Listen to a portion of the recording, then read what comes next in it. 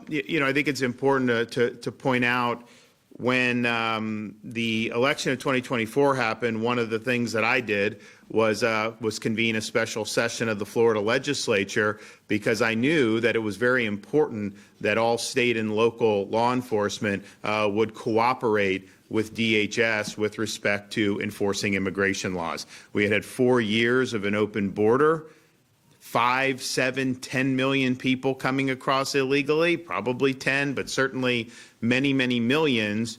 And that was a dereliction of duty by the President Biden at the time. And there obviously was a demand to stop that, but also to repatriate folks that had come illegally. And so we did that. We said we want to have a requirement that there's cooperation.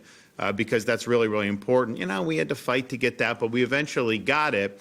And so what's ended up happening is, just Florida in the last, 8, 9 months, 10 months since we've been doing this, we've helped between state and local, we've gotten almost 20,000 illegal alien apprehensions, and that's over and above what DHS would be doing, on their own. But people are working together because we understand, we have responsibility to ensure, that the laws are enforced. What we're not doing, is what you have people like Walz and this mayor doing, which is basically trying to sabotage the enforcement operations. They're creating a toxic environment where they're really inciting people, to go out and show hostility to the agents who are doing this. That is not a recipe for success. That is not the way that you do business. And so we're going to continue with positive cooperation. It's certainly made a difference here in Florida. I mean, we've got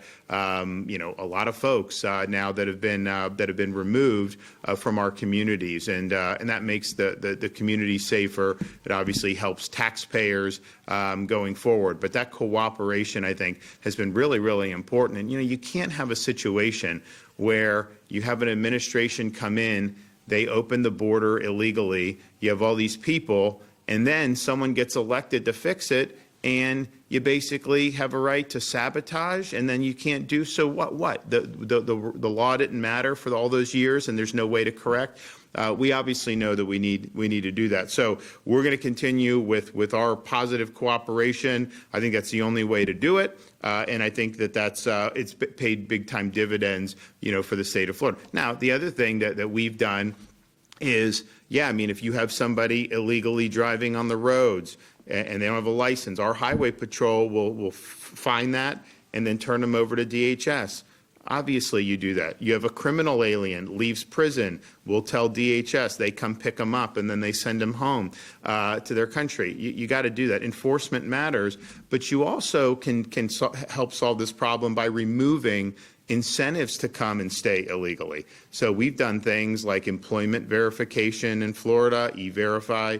We had, before I was governor, they had enacted in Florida in-state tuition for illegal aliens. I was able to sign the repeal of that provision because it honestly treated somebody, illegal alien, better than U.S. citizens in Georgia and North Carolina, and that didn't make any sense, but obviously that was an enticement. We've said no driver's licenses or ID cards, all the different things. Of course, got to be a citizen to vote, and people have been prosecuted for voting as illegal aliens, but there's definitely things that can be done. I mean, I think the federal government should deal with these remittances that illegal workers are sending back home. If you stop that, that's going to be a huge disincentive for people to come and remain illegally. Congress can defund sanctuary cities.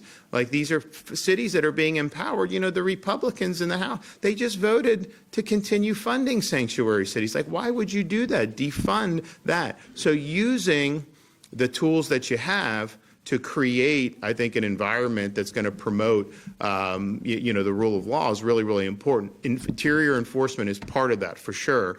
And no state's done more than Florida to assist that, and we'll continue to do it. But there's other things that I think are important. We banned sanctuary cities in Florida my first year as governor. Why would we want sanctuary jurisdictions to be able to do that? So they should do that nationwide, and I think that would make, a really, really big difference. But, we've had positive results. We've had positive interactions.